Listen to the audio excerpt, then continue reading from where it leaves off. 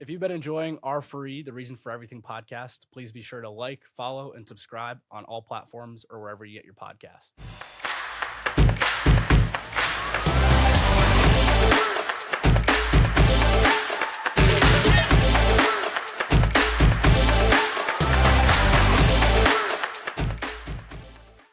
Chris Griffin, welcome to R4E, the Reason for Everything podcast. I'm super stoked for our conversation today.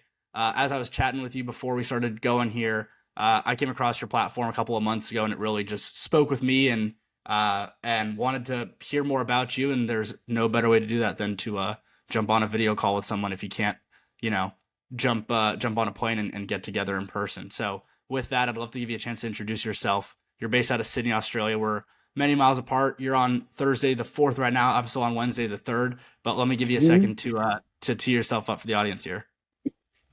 For sure. So, name's Chris Griffin. I'm 21 years old, 22 in a couple of days. And I think a bit about me. It's important to flash back a few years, but I'm not from Sydney, Australia. I'm from the Gold Coast, just in Queensland of Australia. And in 2020, as the lockdowns were all happening and the world was shutting down, I decided to pack up shop, leave everything I had there, and hop in a car and drive down to Sydney. And I've been there since 2020 now, so coming up to 4 years. And I guess a bit about me. I'm an entrepreneur at heart. I've had startups. I've raised equity and got investors on board and failed businesses. And only recently, last year in 2023, I started going all in on my social media, and now I post content daily, helping people that feel a little bit lost on their path and need a bit more direction, and also just help inspire and motivate, teach, share, and guide people all around the world, which I'm very blessed to be able to do. And now I do that full time. Beautiful, man. Beautiful. Well, like I said, I came across your content, your hard-hitting quote series over the, I guess, probably fall of last year. And that's what, like I said, got me hooked on your content and platform. But the elephant in the room is you're 21 years old. How are you going to be able to, help someone, who might be older than you or at the same age as you and guide them? What happened in your life that you have this, what people seem to call, wisdom beyond your years, that you're able to share that with the world? I mean, your content speaks to me and so many others. That's why you got close to 1 million followers across platforms now. So what is it that what's the Chris secret sauce here? It's really interesting you ask that, and I've thought about this a lot because one of the biggest things people my age are restricted by is their age, and because they actually look at it as a negative, and they go, "Who am I to speak this? Why are people going to listen to me? I'm young, I'm dumb." Like they use their age as a negative. They use their age and their naivety as a down point, and they think I'm young and I'm naive, meaning I'm no good. And what I did at a very young age is I flipped those two on the head, and I said the age of naivety is my biggest asset as opposed to being my biggest downfall. And what I mean by that is I'm young. So when I'm trying to get into business and be in the business arena and meet people that have the things that I'm trying to achieve in my life, that live the life that I want, the fact that I'm young and I go to a business event or go to some sort of seminar and I'm 16, 17 years old and everyone else is 40 trying to make money, the people that are teaching at those events, the people that have made all the money at those events, see some young 17-year-old walk up to them and they go, wow, I see my younger self in them. I want to help that guy. That guy is killing it. He is way beyond his years. He's going really far in life. And so I flipped the age thing and was like, I'm going to use this as my advantage.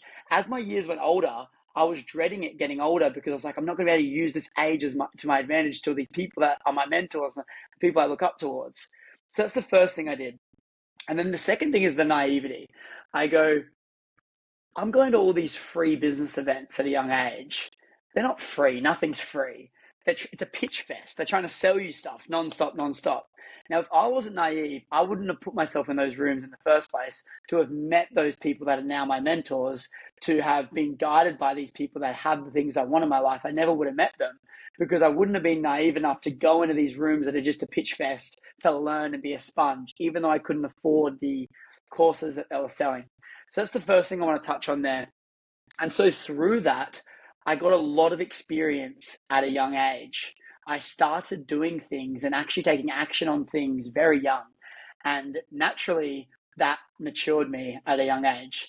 Now, where that leads to is the topic of maturity and being wise beyond your years, as I get told all the time.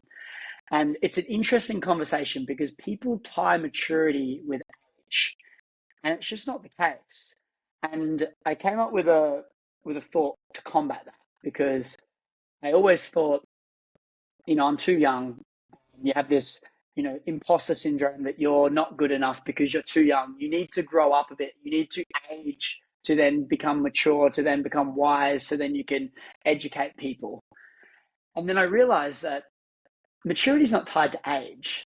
Maturity is tied to bearing responsibility because the more you bear responsibility, the more experience you come in that thing that you're bearing responsibility in. So you're turning that you're bearing responsibility, and that's turning into experience in that thing. And then when you're experiencing that thing and you keep doing that thing, whatever that thing might be, you then become competent at that thing. And so then once you're competent at that thing, the more you become competent at that thing, it becomes unconscious competence. You become good at that thing, or you become experienced in that thing. Then through that competence comes maturity. And so I broke down this thing and I go, okay, so if we strip down where maturity comes from, it comes from bearing responsibility. Through the responsibility, you become experienced at that thing. Through the experience, you become competent. Through the competency, you gain maturity. And so then when I look at that, I go, okay, for me to get mature in the areas that I want in my life, I just need to bear responsibility. I just need to keep doing things and keep taking on responsibility. And the first step to that is if I'm living at home at the age of 30, I'm not really bearing any responsibility. So I'm not really going to grow up. I'm not really going to mature.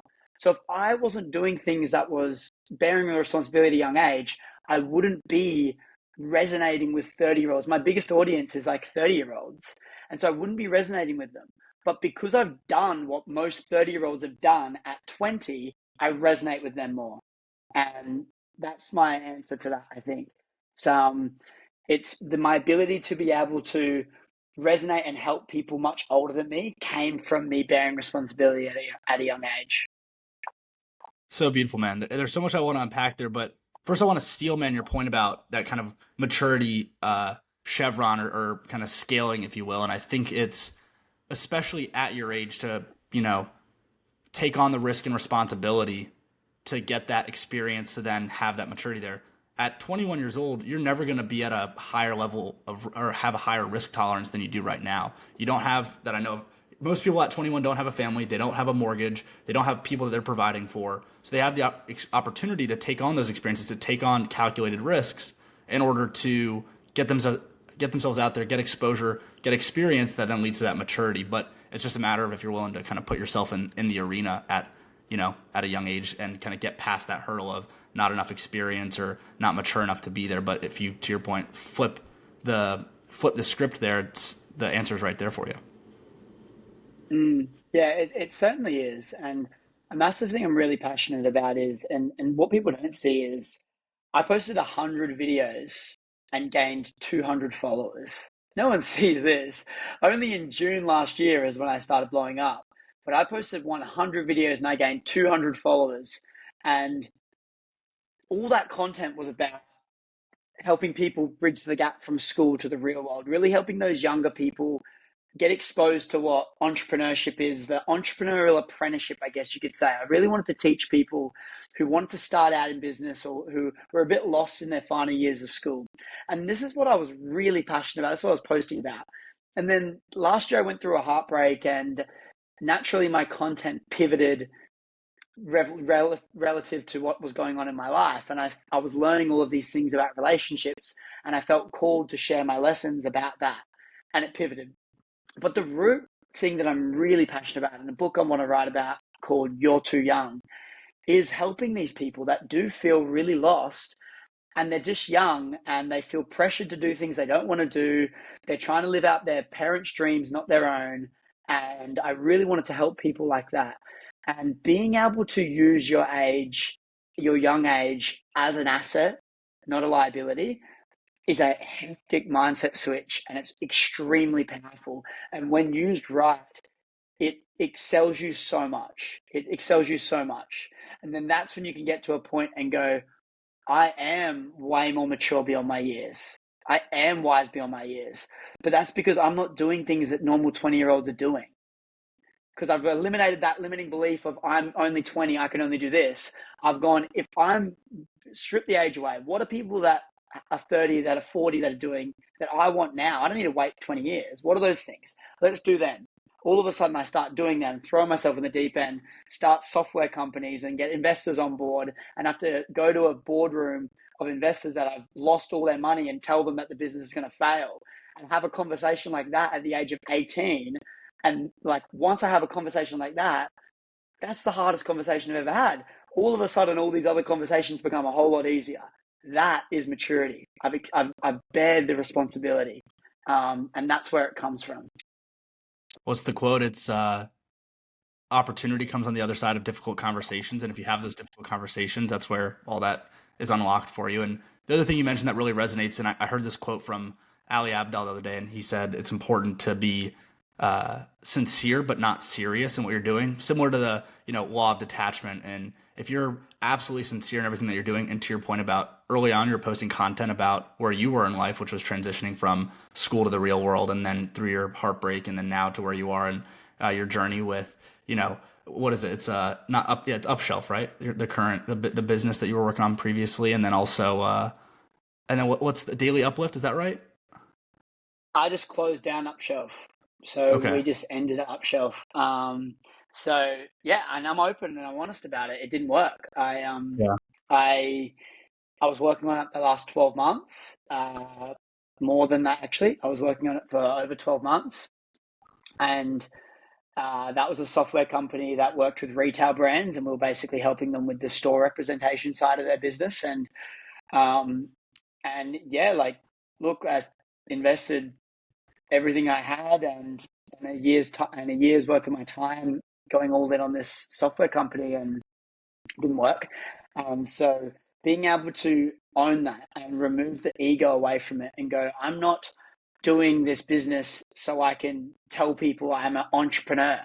Like, I'm running away from stuff and pain, and I have a family I need to provide for, and there's people in my life that I want to look after.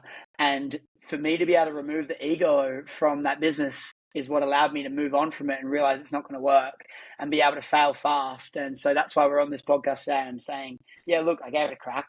It didn't work, and now I'm moving on to something else. But to transition into what you just said before, On the Daily is a community that we've just launched. So that's with a few of my best mates, and yeah, it's a community that everyone that wants to uh, better themselves in their life and have a community of like-minded people that are really pushing each other to level up in their lives and reach their potential. That's what the community is all about. And so it's got an aspect of that, but then it's also got a classroom aspect to it too, where we've got hours of classroom content and education from all of us about the things that we know. So I've got a module in there called the Inner Game, which is sort of transforming your life from the inside out and really mastering your mind. We've got the social currency, the social explosion, so blowing up your social media. We've got monetizing your audience. We've got creating a clothing brand, a supplement company. We've got the entrepreneurial apprenticeship. So there's all these different classrooms, hours of exclusive content in there that people just pay a monthly fee and they get access to the community. So it's really amazing, and I'm really passionate about it. So that's a little project that we're working on this year. And and yeah, as I go all in on my social media and now the Upshelf sort of thing, we've closed the doors of that. I'm going all in on my brand and myself, and I'm just going to see where I can take it. I love it. Yeah, On the Daily, I mean, I came across that platform on Instagram, and thought it was really interesting. And, you know, working with a group of like minded individuals in your core circle of your friends, as you mentioned, and then expanding that horizon broader. one of the posts that really stuck with me was around the initial reel. It was like the reel of it was a bunch of people at a club and partying. It says you've changed in quotes, and then it's no, I just leveled up. And especially Yeah, at yeah. your age, I'm curious what was that process like for you? Again, most 21-year-olds around the world are in university and college, having fun with their friends. Some people have figured out the entrepreneurial path or the content creator path, but most people are in that typical, go to the classroom, get ready to graduate, get a job, go to the desk, do their thing. What's it like for you and your demographic kind of paving this new mold of what it seems like more and more people are going to these days? Mm. Well, it's a constant battle of resisting short-term pleasures in favor of something greater. And it's something I've really had to live by and had to have a lot of willpower to be able to say no. Because when you're my age and haven't spoken too much about like my upbringing and in school, but I was just the cool jock, cool kid that got all the girls and had fun and partied and played footy and that was my life. So to transition away from that, it certainly wasn't an easy thing. But I think just being able to have something really underlying as to why you're doing it has been so important for me because when you have something so clear and so underlying in terms of why you are going through all this pain and challenge, because the route I'm on's not the easiest route. In fact, it's rather one of the hardest. People see the social media and they go, "Oh, he's absolutely killing it," and no one understands the challenge that I go through to try and live on this path and to try and live this life. And it's not easy. In fact, it's really hard. And so for me to, if I didn't have something really underlying that was pushing me, there's no way I would be able to keep pushing through. And so to answer your question around how is it like, I've gone through my phases. I've had big party phases. I used to work for an alcohol brand and I had unlimited alcohol and free entry and drinks to all the main venues around the city. And I was a 19-year-old that just was living the dream and like earning six figures selling alcohol, which was Fisher, the DJ's company. And it was so you look at that and go like, that's a dream job for a 20-year-old. But it wasn't for me. There was this burn in me that all I wanted to do was make enough money so I could leave the job. They could have added another 50 grand a year on my salary and I would not have stayed. I couldn't do it. And then, going through those challenges and going through those employment stages when we've left, when business has failed and I've gone and got a job because I just want that little bit of security. Going into those sort of little employments and realizing that it's not for me. And, those are so important. I call it like the entrepreneurial journey. And I think the employments are really important in between failed businesses. And here's why. Because when you start a business, especially something challenging like a software company or something like that, it's so tough. It's so hard. You don't know how rent's being paid on Monday sometimes, especially when you don't have a capital base behind you, which we certainly didn't. All you're craving is that little bit of security. It's all you want. And so then what do? You go get a job. You leave the work, you leave the business, you go get a job. Because all you want is that little bit of security. You just want to have a couple of grand saved in the bank so that you don't have to worry about rent being paid on Monday. You just want a little bit. And then you get in the job. The first 3 months are great because when you're an entrepreneur, a primary thing you want to do is learn and grow.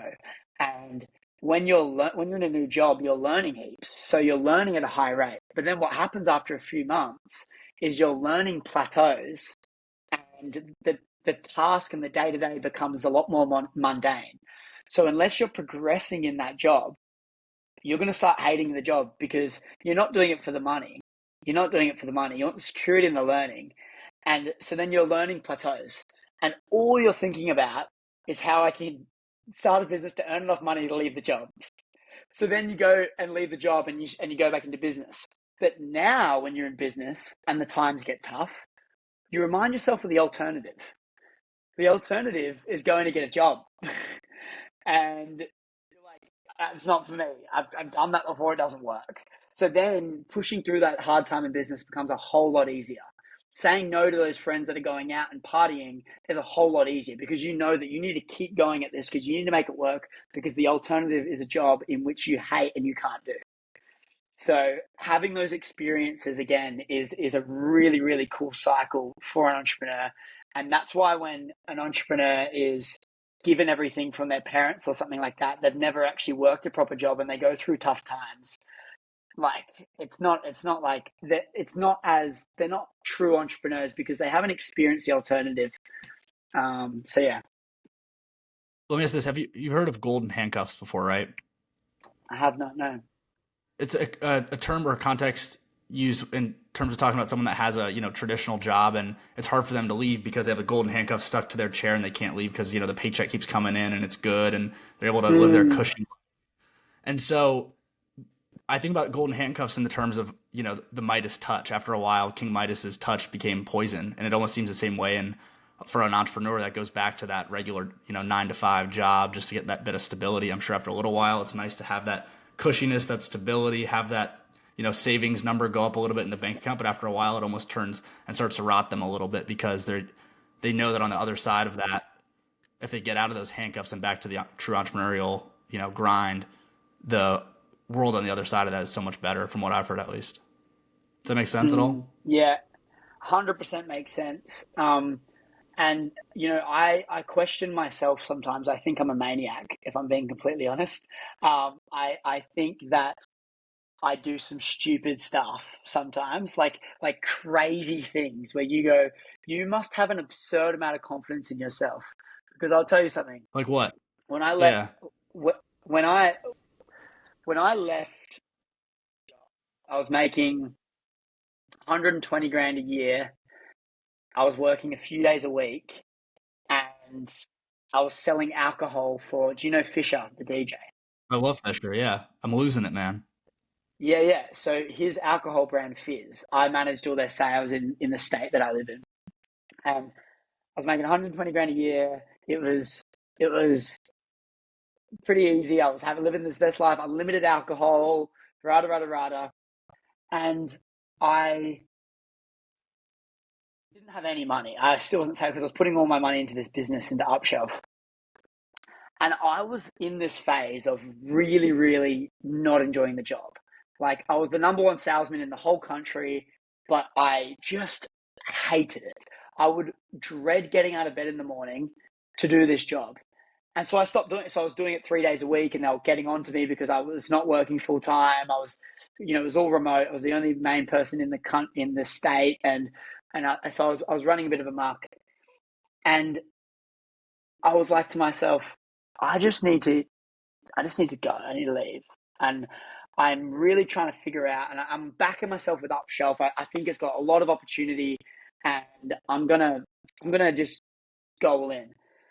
And I wrote down, like I wrote down on my, I wrote down on my journal. I said, look, I don't really know what to do as it sits. It's actually a video. As it sits, here's my budget, and here's how much money's in my bank account. And I turn around the thing. I've never shared this before, by the way, but this was in May last year. I turned my phone around to show my budget on my laptop, and the amount of money I had in my bank was negative $1,100. And I quit my a credit card, and I quit my job, stopped working the next week, and all I had was a $15,000 credit card and some confidence in myself that I was going to make it work. And I quit the job, went on a solo trip to Thailand for a week by myself, and and just reflected and just got ready because I knew it was about to get real fucking busy and I knew it was about to ramp up, and I just had to go and figure out how to make it work. And back was against the wall. Definition. If you told anyone with a brain that I did that, they would be like, "You're a maniac." I had negative in my bank account, a $15,000 credit card, and some confidence in myself that I was just going to figure it out. And then I look back and I go, okay, I got back. That was the end of May. June 1st, one of my mentors said, I want to challenge you. I want you to post a video every day of June. And I said, I had 200 followers. And I said, scrap that. I'm going to post 2 a day. And I post 2 a day. And on the 8th of June, day 8, video blew up, got 500,000 views. And then by the end of June, across Instagram and TikTok, I had over 100,000 followers in that month. Left my job end of May. End of June, over 100,000 followers. End of July, over 300,000 followers. And um, and then I sat back and I was like, when I said I was going to go all in, I fucking meant it. And, and this shit's just ramped up. This is getting really serious. And so, like, I wouldn't recommend anyone ever do that. I think it's the most stupid thing when you reflect on it and go, what in your right mind made you do that? I got lucky that it worked, and it worked. But like, let me tell you, I've done some stupid shit, and that's the entrepreneurial mind in me. That's almost like I don't have a risk tolerance. I'm like, what do I have to lose? Let's just give it a go. What's the quote? It's as soon as you fully commit, the universe starts to conspire for you. To your point, Hmm. back was against the wall, and you bet on yourself, and that's the best bet you can make, in my opinion. Hmm. But yeah, I mean, like, man, if I'm completely honest, dude, like, it just onboarded unnecessary stress. It made it extremely challenging. Um, I I had a last year was extremely tough. But like that transitional period, leaving that job was the biggest decision I've ever made in my life. Um, it was the hardest decision. It was so challenging.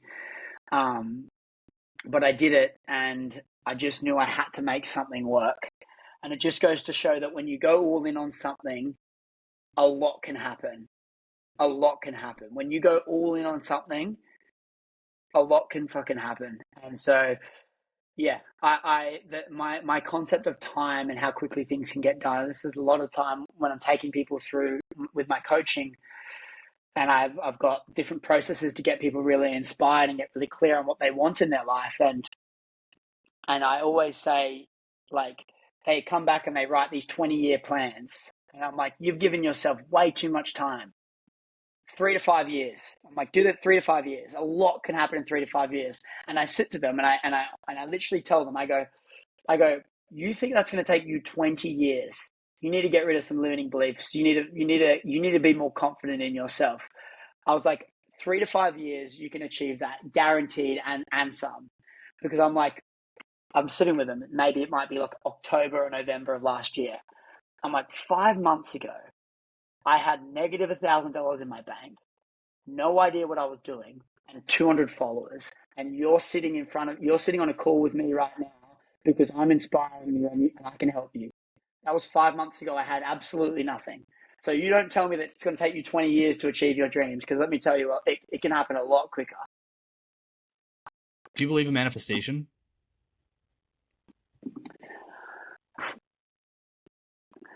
Not not to its capacity. I don't think I don't practice it. I don't manifest, if I'm being completely honest, because I think, look, I think I genuinely believe in, I think, aspects of it. And what I mean by that is, I'm not sure if you've heard of a guy called Jim Fortin before. I have He's no. he's got a podcast called Transform Your Life from the Inside Out. And he was the first guy that properly transformed my mindset. Um, I used to, I was in my final year of school, and I used to have this ridiculous morning routine where I'd get up at 3:30 a.m. and meet my friend at the gym at 4:15, and it was a 20-minute drive to the gym I'd go to, and every day on that 20-minute drive I'd listen to Transform Your Life from the Inside Out. I listened from episode 1 all the way. He's got so many episodes now, but it literally transformed my mindset. But he talks about a thing called be, do, have. And it's a concept of, you need to be the person that you want to become and do the things that person does in order to have the life that that person has. So most people live in the have, do, be mindset. So once I have these things, I can do these things, and then I'll be this person. And it's like, you're always waiting on the once I have. So it's like, when I do this, you're reliant on achieving something before you take the action. When I live in this house, I'll be able to do this. When I move to near the beach, I'll be able to have this routine. When I have a partner, I'll do this. But it's like, you need to be the person that you want to become and do the things that that person is doing in order for you to live and be that person and have the things that that person has. So to answer your question, it's like manifesting. I'm not too sure specifically. I think that term gets overused a little bit, and people just throw words in the air and think that the work's going to be done for them. But I do believe that in having an abundance mindset and being able to be your future self, millionaire self, before being that, faking it till you make it, in a sense, because then you're believing in your mind that you are that person. Your value is as good as that person. You're at the same level as that person. You're not putting that person at a pedestal. Those things that you want to have in your life, you're not putting at a pedestal. And so I believe in, I really believe in being the person that you want to become. Yeah, a lot of parallels there to the law of attraction and some of the stuff there. And to your point, manifestation is such like a woo-woo term nowadays, and it's always overused and almost clickbaity in some way. So I resonate with what you're saying. I'm gonna have to check out Jim Fulton though, because that sounds like my cup of tea. Let me ask you this then: how about from a goal setting perspective? You're talking about with your clients, you're pulling, they're putting stuff 20 years into the world. You're trying to pull it back to 3-5 years. What's on, you're 21, almost 22 in what, 2 days you said on the 6th? Yeah. You're almost 22. What's on your vision board? You're 25. What is 25-year-old Chris doing? What's he looking like? What's that universe look like for you?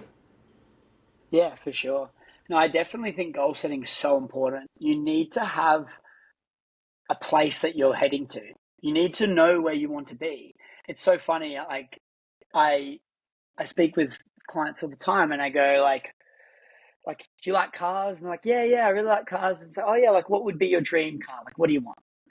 And they said, oh, I would love a McLaren. I think it's like a McLaren, the 720S. And I'm like, oh yeah, nice. I know that car. How much is it? And they go, I don't know, like I think they're around like $500,000 to $700,000 or something. And I was like, so you want that car, but you don't even know how much it costs. You don't have clarity on the model, the color, how much it costs. So you want that car, but you've not even conceptualized having the car. So you're never going to achieve that car. And so there's goal setting, but there's taking it to the next level and actually knowing what those goals are, what's required to achieve those goals too. So for me, I do really clear goal setting in the sense that I get really clear on the life I want to live in the next 3 to 5 years, what that looks like. And then I map it out. I calculate my coil. What is my cost of ideal lifestyle? And so then when I know that, how much it costs to live that life, I then backtrack it the next step further. I break it all the way down to the action steps. So I take them through this tool that I built It's out. be do have. You're pulling be do have into this right there. 100%. So I've got this tool called the Inspired Life Process, and I've built it out, and it maps it fully out. So you calculate your coil, how much the life costs. But then I say to them, I hate to break it to you, but you can't just earn that much money, because you've got to pay taxes, you've got to save. So you've got to, there's a profit margin within whatever you're selling. Like, so I break it down all the way. So we get clear on the goals that they want to achieve. Then we go, okay, how much percent of your income do you want to save? 25%. So how much do you want to pay? Do you need to pay in tax wherever you are in the world? All right, put that in so you don't end up in jail. Now it calculates how much profit's required to make to live that ideal life. Then from there you go, okay, you need to sell a product. So what's the product that you're selling and how much that costs? Put that price in. All right, but you don't make 100% profit margin on that thing unless it's an hourly rate, which is your time. What's the profit margin? Put that in. Okay. So now this is the revenue required, and this is the amount of units you need to sell. And so then you go, okay, so if you're if a percentage of the people that are opting in as a lead is then buying that, what percentage is opting in and what percentage is buying from the leads? Okay, 20%. And then from that, you're having a percentage of people go on your landing page and a percentage of them are opting in as a lead. So what percentage is that? And then we backtrack it all the way to the amount of people you need to drive to a landing page. And if you drive that many people to your landing page, you will be able to achieve that ideal life. So it's like getting really clear on what you want, goal setting, getting really granular on what you want. And the next step to that process is the dream day exercise I take them through, where you actually map out you narrate your whole dream day from wake to finish. So you get that really clear. But then turn that really daunting big goal into, okay, I just need to get this many people to a landing page and I can live that life. And so that's what I really try and do with my goal setting. So you ask, and I know this is a long-winded question, but you asked where I see myself.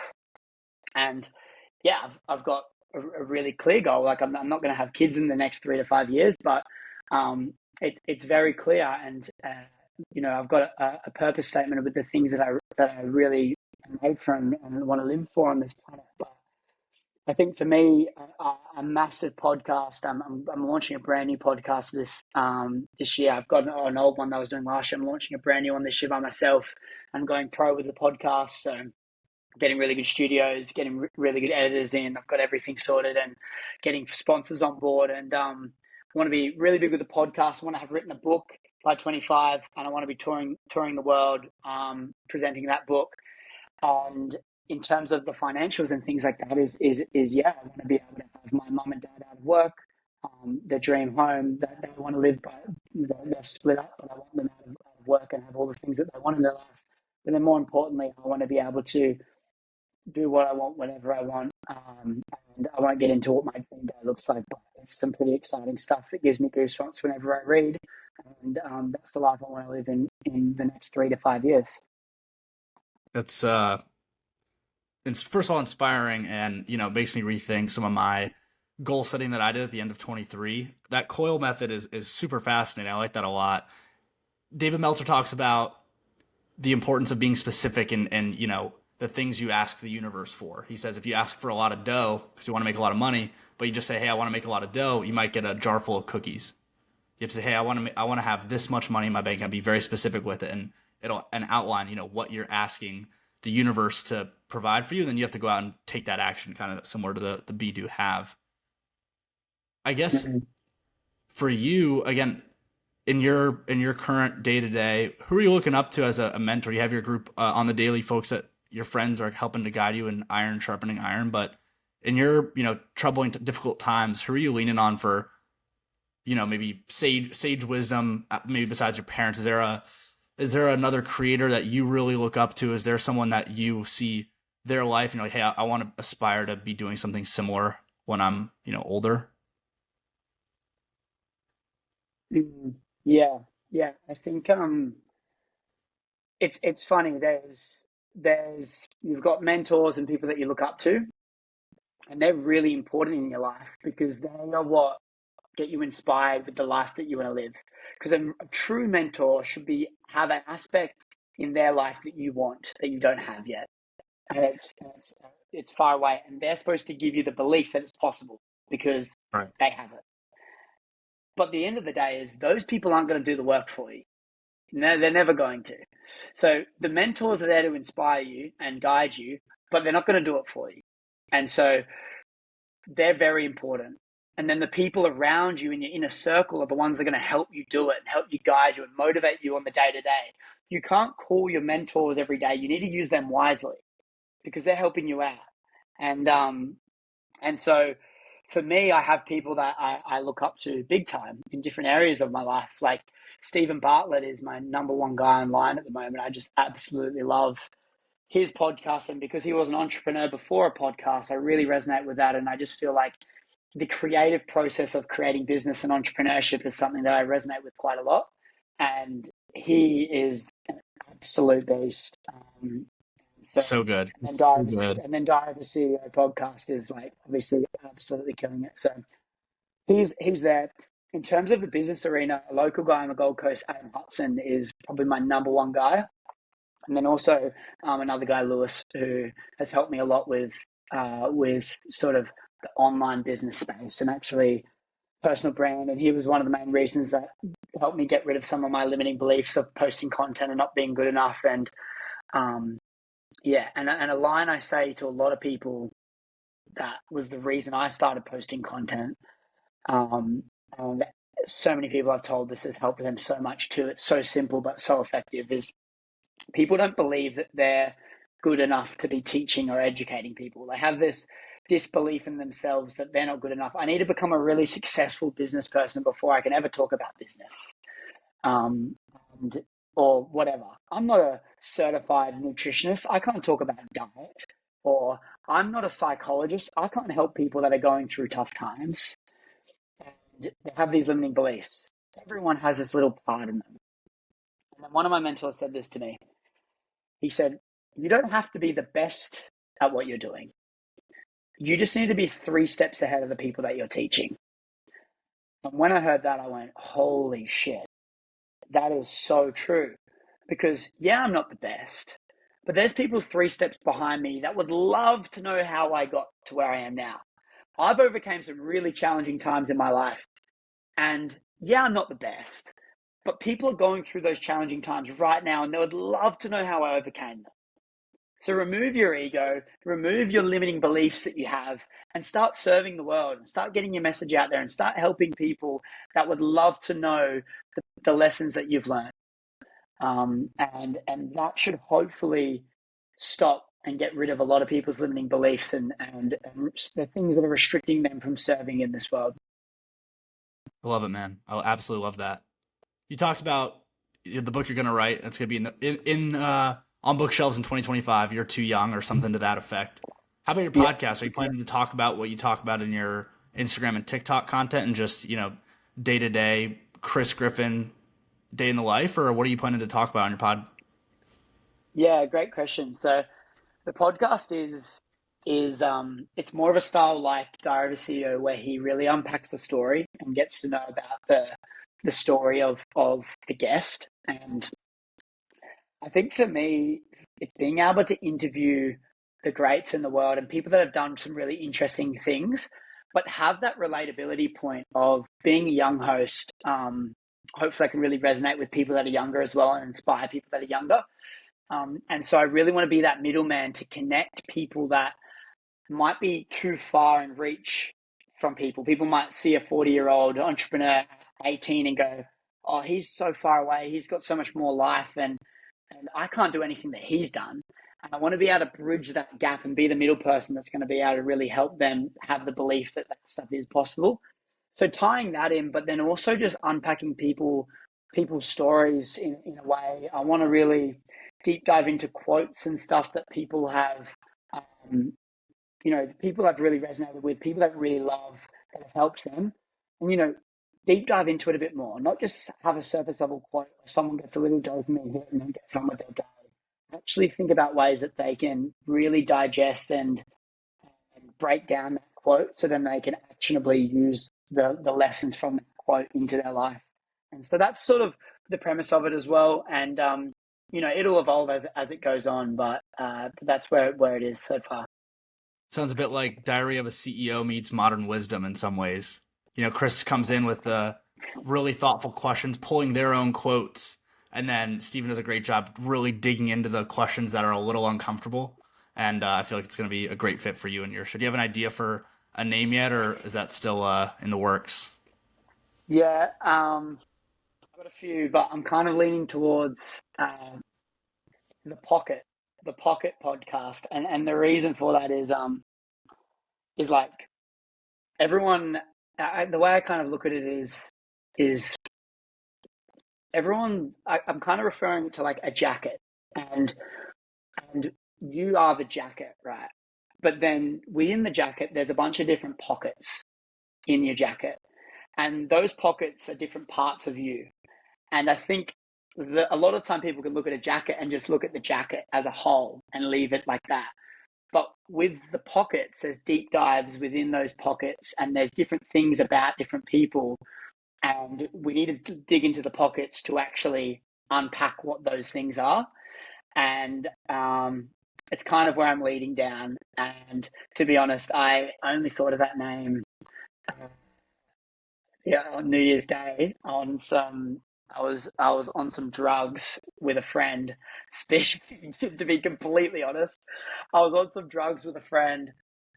It was funny before we were at a festival, and I did some MDMA. I'm being brutally honest. I don't party. I don't drink. I don't even. I literally have drank probably twice in the past 6 months. But we were at a festival on New Year's Day. We were watching Rufus, and I thought that we'll do some MDMA together. It's quite a lovey drug. There was a lot of tension being built up. It's one of my best mates I live with.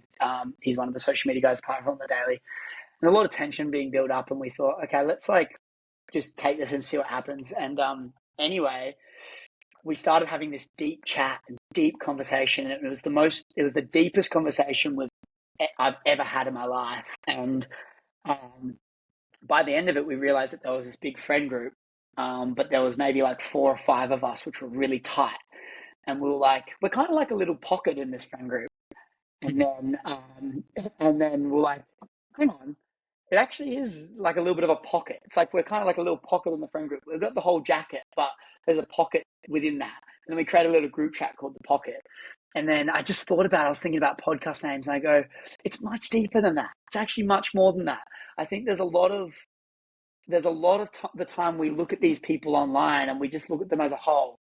But when we unpack all the pockets of their jacket, we're going to find a lot more about them and their story and what makes them them. And I think that's where I'm leading towards. But we'll see what happens. It might change. It's only I early love it. days.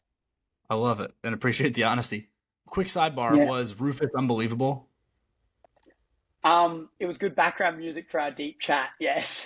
Fair enough. Fair enough. We everyone was rushing over to Rufus. We were like, nope, we're in a deep conversation, so we sat down on the grass and we were listening to him in the background. Funny enough, but it was honestly the most amazing night. Didn't want it to end because we were just having this. We just created this bond where it was literally like we were in shock at how amazing it was. It was so needed, and it's crazy what things there's a whole thing called MDMA therapy. Sorry, MDMA therapy, and it's crazy. Like it's absolutely insane. Um, and I wasn't drinking anything on the night or anything, and so it's all like memories really clear. Very Yeah. like it was honestly very amazing and a very positive experience. But who knows? Imagine if I would create this massive podcast and people ask where the name came from, and I said I was tripping out on some MDMA, and we thought of this name. Not medical advice for anyone listening. If you're trying to come up with a podcast name, this is not medical advice. Don't listen to me. I'm just being brutally honest. But that's what happened. To pull it in, it's funny. I was talking to my mom the other day. We were not on MDMA, but I was wearing a jacket that I hadn't worn in like a year and a half, and I unzipped. It was like a cargo type of jacket. I unzipped a pocket, and I found like a wristband from I don't remember what it was from, and a spare contact lens that hadn't been used in like a $5 bill. And I was telling my mom, I'm like, it's like a time capsule in this pocket. I haven't worn this jacket in a year and a half, and it immediately set me back right to when I put those things in there because I was going out to meet up with friends. I wanted to make sure I had all my stuff. I think it was for a tailgate for a football game or something. But it's exactly to your point. It's like there were so many pockets in the jacket. I completely forgot about this. Last time I wore it was a completely different experience. Yeah, and I think just being able to tap into different pockets of different people's lives are going to be really interesting and fascinating. And it's funny. I forgot who says it, but a lesson I learned last year is the quality in which you live your life. A lot of the time comes down to the quality of the questions that you're asking yourself and the people around you. And when you ask yourself quality questions, it's when you can start to get quality answers. And and you know, people don't ask enough questions to people around them, you know, to themselves. They don't ask enough questions. And what you'll find is when you ask really good questions to yourself, like I just recently gave out a free product for people. It's a journal exercise and really powerful questions that are going to help you get really inspired. And when you ask yourself the right questions, something really amazing happens. You get this clarity and you get these answers. And I think with a podcast, the quality in which you ask the guest questions is dictates the success of how well the conversation goes. And when we talk about diving into pockets of people's lives, the way you're going to be able to get into those pockets and unzip it and get in there is through the questions that you're asking yourself. So, massive challenge for me. Admittedly, I'm young and I'm confident in my ability to communicate, but massive challenge is going to be having these really good conversations with really good people. It's a challenge that I'm really excited to undergo and take. And yeah, I'm excited to see where we can take it for sure. I'm fired up for you. And maybe as we round out here, when Pockets and R4E are 1 and 2 back and forth in the charts in 2024, 2025. Who's going to be a target guest for Pockets in, the rest of this year into next year? Who's going to be that? Holy cow! I can't believe this guest is on here across the table from me for you. Mm. It's so interesting because for me, I want to get some runs under the board. So then when I get really good guests, like I can use my following to really get, I'm blessed to be able to use the audience I'd built to be able to leverage good guests. I've already got a few lined up, and um, I think for me, I really want to get some good runs on the board. And so then when I get these really good guests, they are really good conversations. And Yeah. people leave that and going, holy cow, that was a really good combo.